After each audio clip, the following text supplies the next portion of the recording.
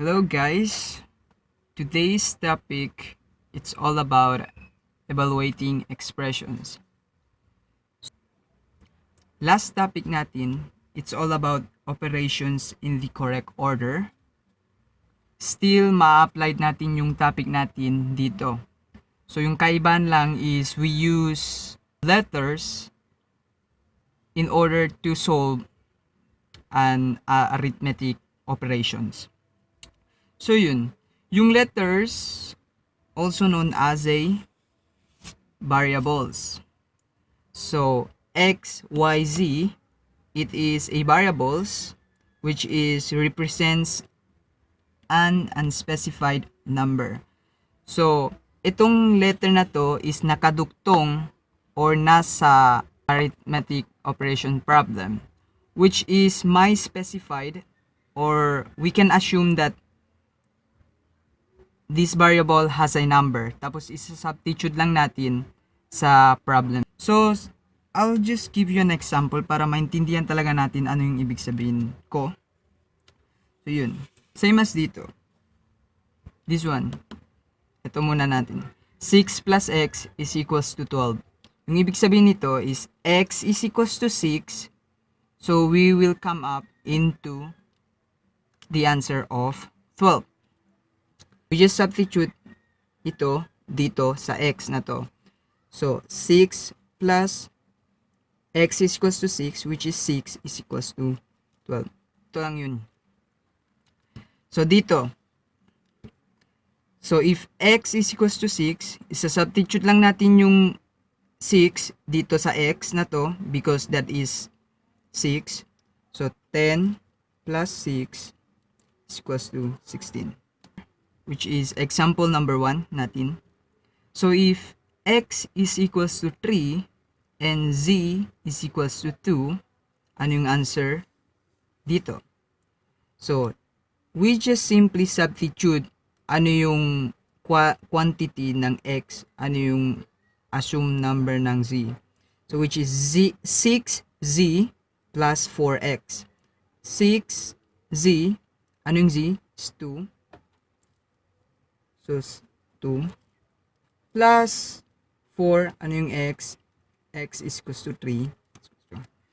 So, ito guys, yung reminders lang, if yung letter, same as dito, 6z, if yung letter or variables ay nakadikit sa letter, it means you need to multiply.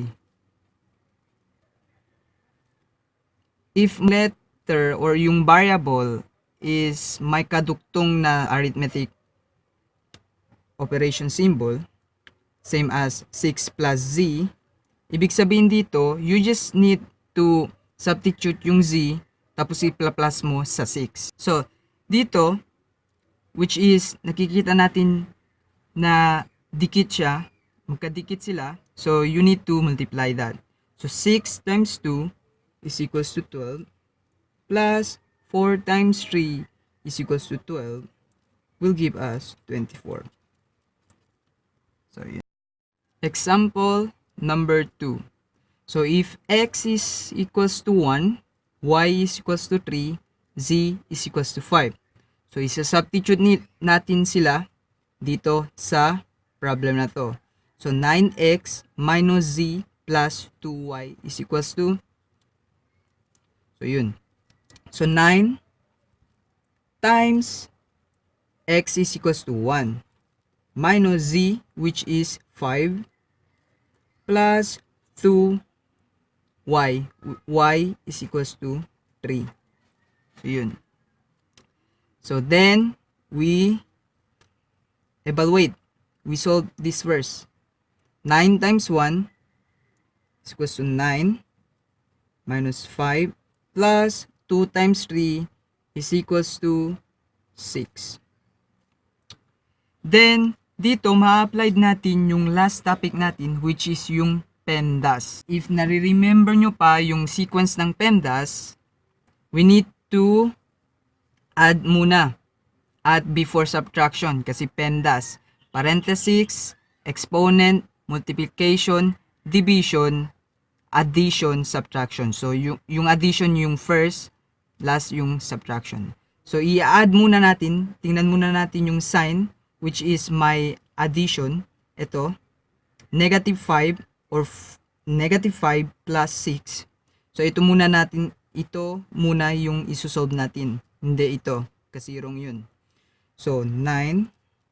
Tapos, negative 5 plus 6 is 1. Positive 1. Will give us 9 plus 1 is equals to 10. So, dito, kung masasabi nyo dito na paano yung naging 1 dito, so, we will going to talk about that for our next topic. Next is example number 3. So, if z is equals to 0, x is equals to 13. So, isa-substitute natin to dito sa problem natin, which is 2x plus 7 minus z minus 3. So, yung 2x, which is 13, plus 7 minus z, which is z is equals to 0, minus 3. So, first, we multiply muna natin ito. I-multiply muna natin, which is, will give us 26, plus 7 minus 0, minus 3. Then, we applied the PEMDAS method, which is yung parenthesis. Isosolve muna natin yung loob ng parenthesis na to. Will give us 26 plus 7 minus 0 is equals to 7 minus 3. Then after yung parenthesis, let's go for the next process, which is exponent. Walang exponent. Next, multiplication, wala. Division, addition, which is meron dito, addition. So 26 plus 7 will give us 33 minus 3, and 33 minus 3 will give us 30. Ito yung answer, guys. Dito, example number 4. If x is equals to 5, y is equals to 10, z is equals to 3. So, dito, isa-substitute natin ulit dito sa problem na to, which is z squared plus y minus 5 times 10.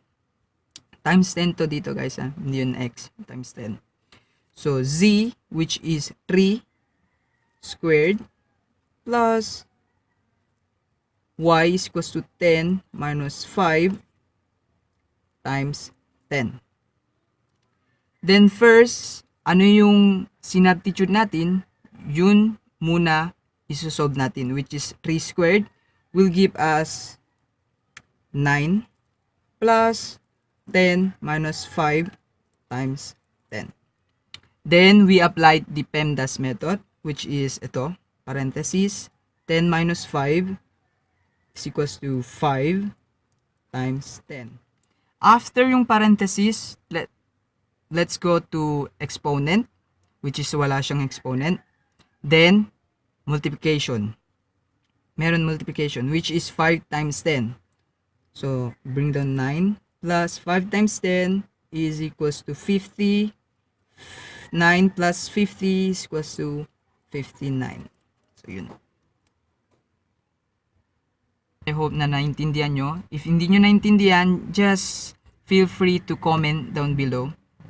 Yun, don't worry. Every weekends, magbibigay ako ng quiz, which is let's answer that quiz together.